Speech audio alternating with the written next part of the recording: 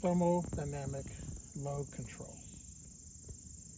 Thermodynamic load control is predicated on an advance in the management of planetary power, not just simply electrical power, but all planetary power that exists.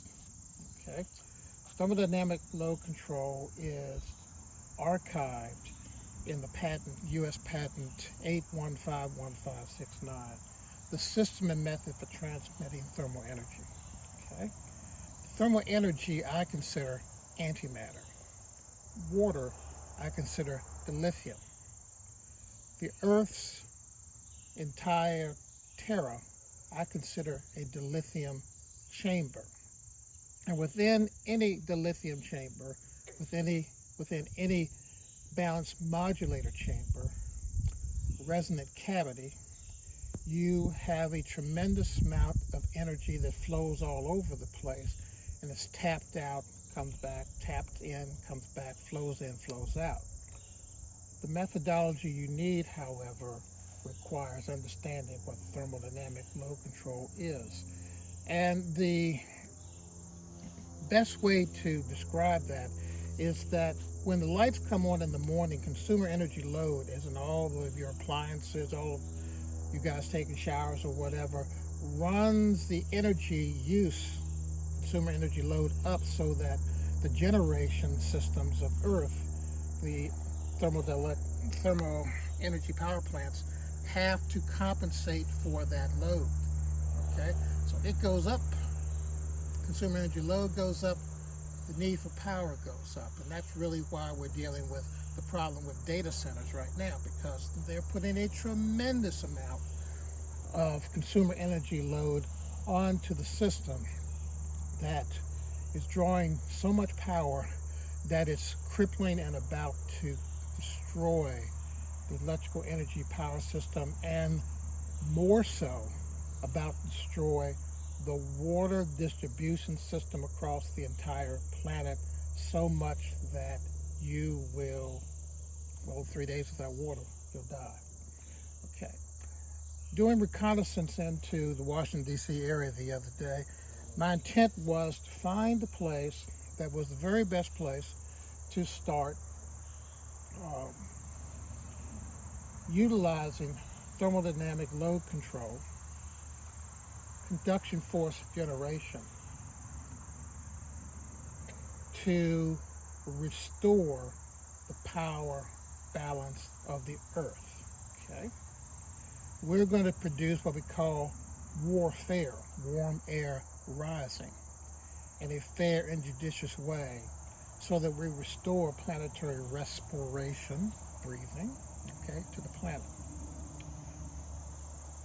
On some of my posts, you will see Skyfall, Project Skyfall.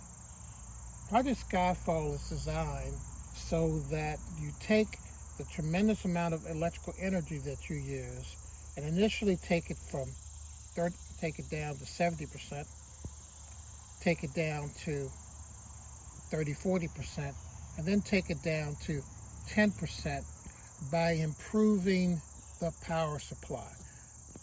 Right now on Earth, everything you do, whether it's a thermal energy power plant, whatever, is predicated on Rankine cycle half-wave rectification.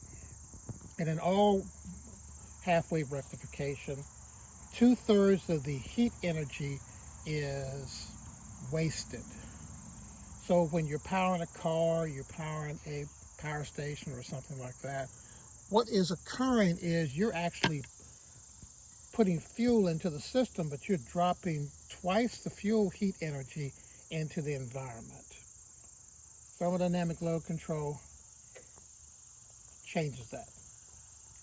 You take your energy supply and you take it from half-wave rectification to full-wave rectification. You then change it to bridge rectification using electrical terms, okay? But what applies at that end of the electrical spectrum applies at this end of the electrical spectrum, okay? Now, by reducing the use of electricity, you increase the production of water.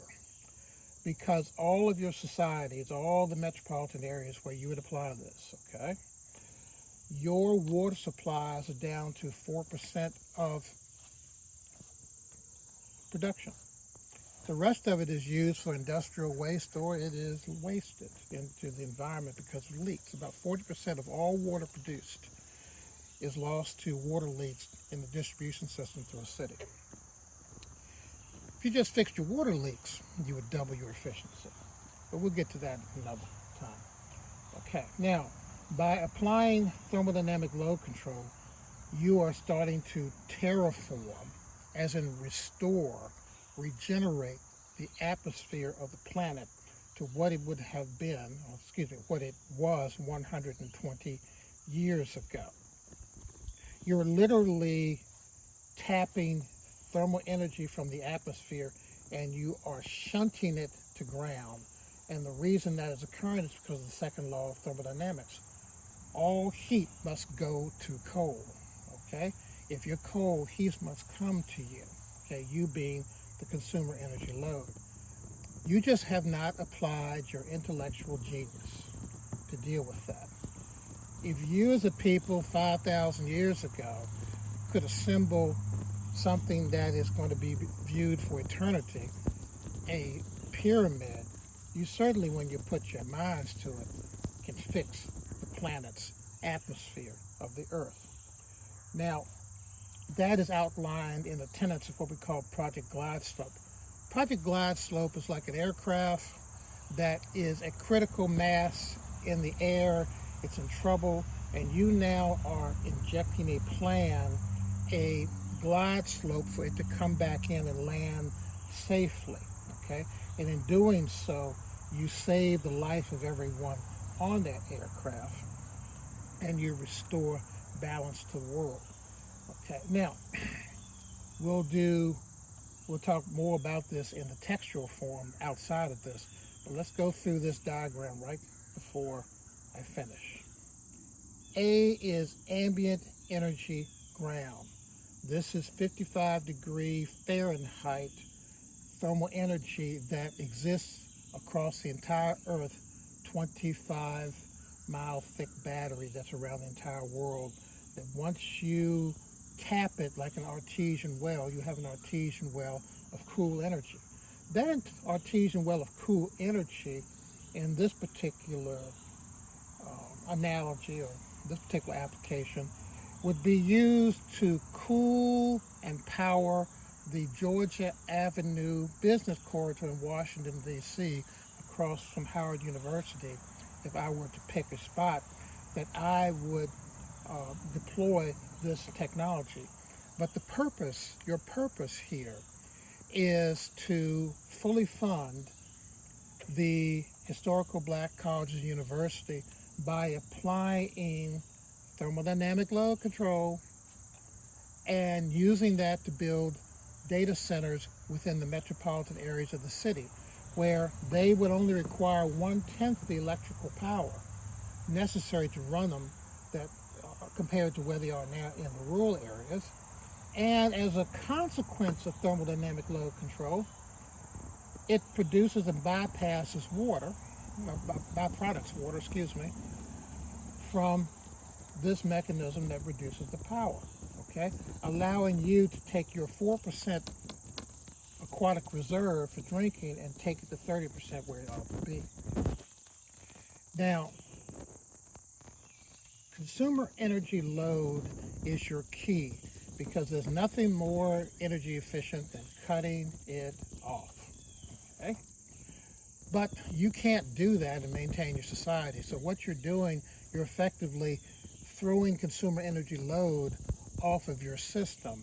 But you're doing that because you're making your energy generation and energy utilization more attuned to the respiration of the planet.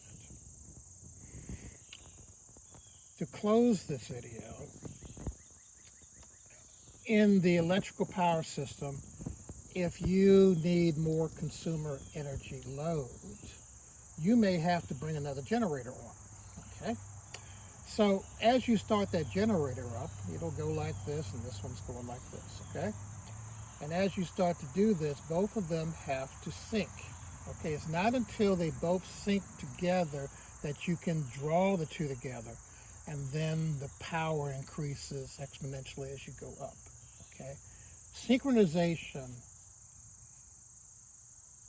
is the key to the transference of power. Otherwise, if the power systems are out of sync, they fight against each other, and it's like instability in an aircraft as it's about to get in and go through the sound barrier. Okay, that's kind of where you are right now as society, like Chuck Yeager when he was dealing with taking aircraft up to supersonic speed. Just before they went across the threshold, the whole society, in this case the aircraft, was doing this. But once he hit that threshold, he became smooth as silk because he balanced appropriately through the airfoils of the aircraft thermodynamic load with the atmosphere. You're going to be doing that on the ground, and that just requires routing atmosphere from the surface through the pre-installed infrastructure that exists everywhere in every metropolitan city, okay? Through the buildings, through the consumer energy load that you'll be using, data centers in this particular case of Georgia Avenue, okay? But by doing so, you will require only a third of the power required in the rural areas to do data centers. You will require no water to cool your data centers. You will be able, because your infrastructure is pre-installed, you don't have the burden of construction and foundation and grading and all the other stuff and bringing materials in. It's already pre-built for you, so you can build 10 data centers in the time they take to build one. You can operate data centers at only 30% the power. In other words, what their power would take to power one data center, you could power 3. This gives you an economical advantage not only on the front end in constructing and placing data centers within your metropolitan areas, okay? But it gives you an exponential advantage on running them because it requires no water, and it only requires a little bit of electricity and all of your ambient cooling, which is the main reason they're using your water, comes to you for free fuel energy. Project Glide Slope,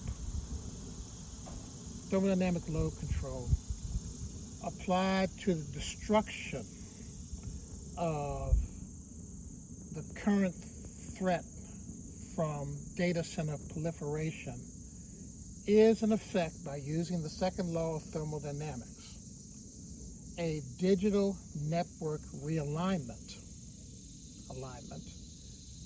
to the proper configuration that data centers should be built at. But because there's not an understanding of thermodynamic load control, there's not even a concern to be considerate to the earth. The persons who are causing this problem have no concern for you, because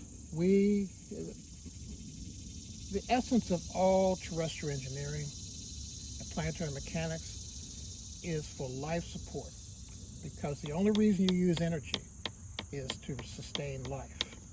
That is in essence what thermodynamic load control is all about and what it can do for you.